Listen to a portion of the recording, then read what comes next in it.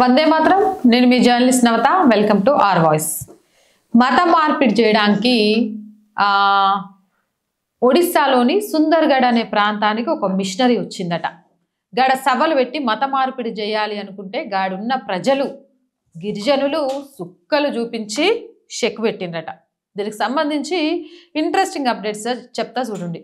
ఒడిస్సాలోని గిరిజనులు ఎక్కువగా నివసించే ప్రాంతం సుందర్గఢ్. ఇది సుందర్గఢ్ జిల్లాలో బోనే బ్లాక్లోని టికాయత్పల్లి ఈ పోలీస్ స్టేషన్ పరిధిలోకి వస్తుంది. సర్గి దిహి ఈ గ్రామంలో క్రైస్తవ మిషనరీలు ప్రార్థనా సమావేశం పెట్టిందట. దీని ద్వారా మత మార్పిడి ప్రయత్నం మొదలు పెట్టిందట. అయితే స్థానిక నివాసితుల తీవ్ర వ్యతిరేకతతో ఈ కార్యక్రమం నిలిపేసిండ్రు. ఇక మత మార్పిడులను ప్రోత్సహించే ఉద్దేశంతోనే ఈ కార్యక్రమం నిర్వహిస్తారని స్థానికులకు అర్థమై వారు విశ్వ హిందూ పరిషత్తు, బజరంగ్ దళ్ వాళ్ళందరితో కలిసి స్థానిక పోలీసులకు, సీనియర్ జిల్లా అధికారులకు ఒక మెమరాండం ఇచ్చిందట.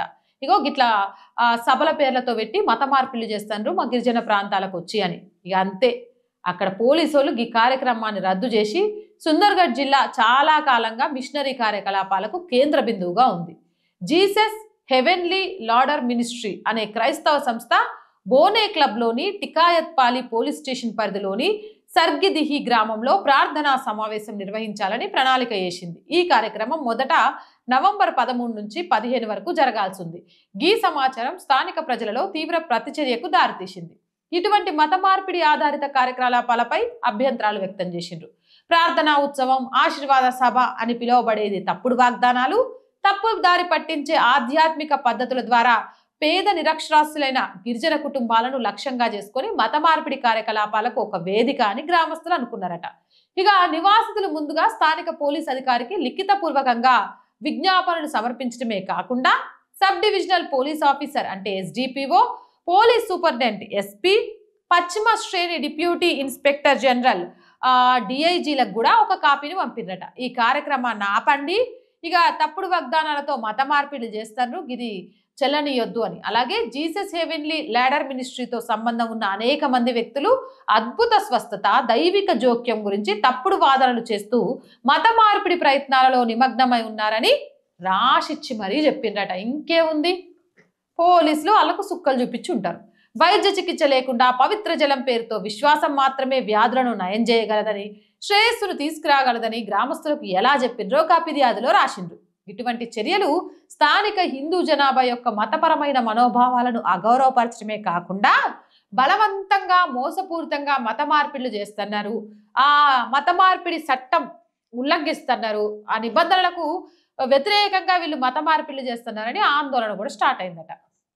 ఇక వీళ్ళను గనక అదుపు చేయకుండా వదిలేస్తే ప్రాంతమే మతపరమైన ఉద్రిక్తత సృష్టించి ప్రజా సామరస్యాన్ని దెబ్బతీస్తారు అని కూడా రాసిందట. ఇక ఇటువంటి ఆచారాలు ఒడిస్సా మత స్వేచ్ఛ చట్టం 1967లోని నిబంధనలను ముఖ్యంగా బలవంతంగా ప్రలోభపెట్టి లేదా మోసపూరిత మార్గాల ద్వారా మత మార్పిడి నిషేధించే సెక్షన్లు 3 మరియు 4లను ఉల్లంఘిస్తాయని కూడా రాసిందట.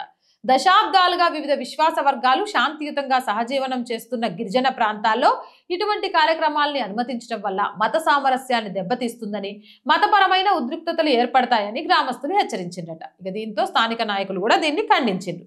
ఈ వివాదంపై అనేక మంది స్థానిక నాయకులు, స్థానిక సంస్థలోళ్ళు స్పందించింది. సుందర్గఢ్ సర్పంచ్ అసోసియేషన్ అధ్యక్షుడు ఉగ్రసేన్ కిషన్ ప్రణాళికాబద్ధమైన ప్రార్థనా సమావేశాన్ని ఖండించిండు.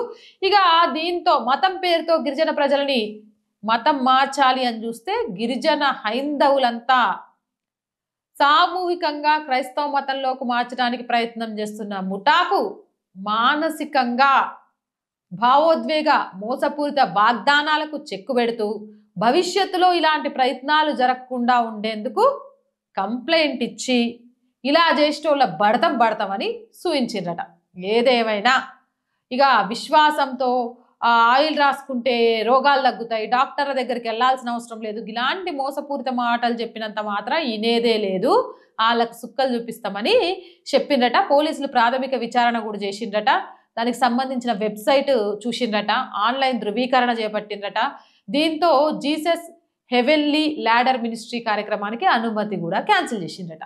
గట్లా ప్రజల్లో కూడా మస్తు చైతన్యం వచ్చిందబ్బా. గిట్లా ఆయిల్ రాసుకుంటే డాక్టర్ దగ్గర అవసరం లేదు, మానసిక సమస్యలు పోవాలంటే ఇవన్నీ కాదు, కష్టే ఫలి ఒంట్లో బాగాలేకుంటే డాక్టర్ దగ్గరికే పోవాలి. ఈ ఆయిల్ నమ్ముకుంటే ఇవి నమ్ముకుంటే కాదని జనాలకు అర్థమై ఇక ముఖ్యంగా గిరిజనులు నిజంగా సనాతన హిందూ ధర్మాన్ని కాపాడటంలో వాళ్ళైతే చాలా కీలకమైన పాత్ర పోషిస్తారు.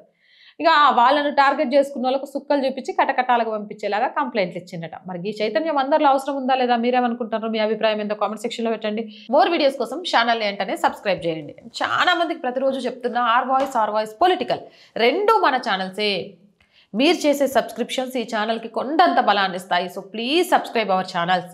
కంటెంట్ బాగుంది అనిపిస్తే లైక్ చేయండి, షేర్ చేయండి. ఆర్థికంగా ఆర్ వాయిస్కి చేతను అందించండి. నిజంగా చాలా చాలా చాలా ప్రాబ్లమ్స్లో ఉన్నాం, అది మాటల్లో చెప్పలేము. నాకు అర్థమైంది ఏంటంటే ఆర్థిక స్థిరత్వం లేకుంటే అనుకున్నది సాధించడంలో ఎక్కడో వెనకబడతాము అనేది. ప్లీజ్ సపోర్ట్ చేయండి. మీ సపోర్ట్ మాత్రమే ఈ ఛానల్ నడవడానికి ఉపయోగపడుతుంది. సపోర్ట్ చేయాలి అనుకుంటే సబ్స్క్రిప్షన్ పక్కనే జాయిన్ అనే బటన్ ఉంది. 1 to 5 లెవెల్స్ ఉన్నాయి. ఏదో ఒక లెవెల్లో సపోర్ట్ చేయండి. లేదా స్క్రీన్ మీద గూగుల్ పే, ఫోన్పేతో పాటు అకౌంట్ డీటెయిల్స్ ఉన్నాయి. మీకు తోచిన సహాయాన్ని అందించండి. వ్యాపార ప్రకటనల కోసం 8328500576 నెంబర్ని సంప్రదించండి. జై హింద్, జై భారత్.